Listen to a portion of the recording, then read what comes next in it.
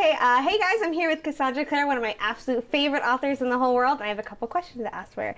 I discovered your books 3 years ago during a really terrible time. It was really, really horrible, and they really just changed my life.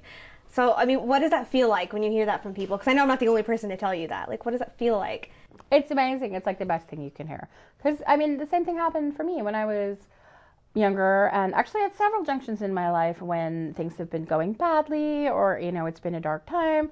I've turned to books, and I think it was C.S. Lewis who said, you know, we read to know that we are not alone. And so I would find books, and, you know, in the books I would find the mirror of my own experience, and it would be a big comfort. And so the idea that I could provide that to somebody else is like the ultimate compliment that you could get.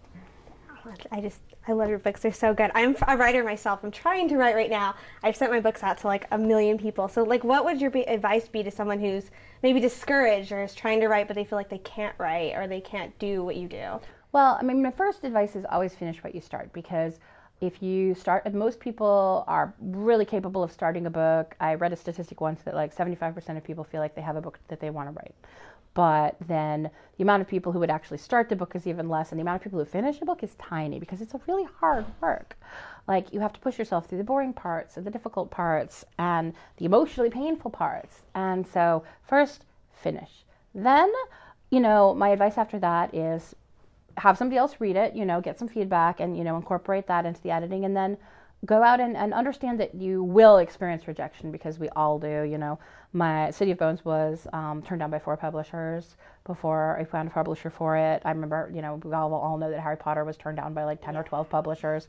And, you know, it has to find the right home. So you have to kind of brace yourself for that and know that, you know, if you've written a good book, and I believe that you have, then it will find the right home.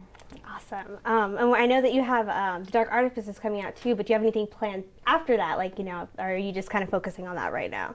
Well, I have a ton on my plate at the moment. I'm finishing City of Heavenly Fire, which is the last in the Mortal Instruments series. I have The Dark Artifices, which takes place 5 years after that. I'm really excited to write the book that would come after the Infernal Devices series and deal with the next generation. That would be sort of the Edwardian period, like a little bit after the Victorian era, like Downton Abbey, which I love. So I'm really excited about that. And then I also have a series called The Magisterium Chronicles, which I'm writing with my best friend Holly Black. And that is a completely different magic system based on elemental magic. So I have a ton of stuff going on. I'm excited about all of it, but I often wish that I had a rune that was extra hours in the day. I would be so happy. Well, I just want to say thank you. 1, for doing this, and 2, just for being such a great writer and inspiring me, and also, you know, your books just really help me a lot. You know, they do so much for me.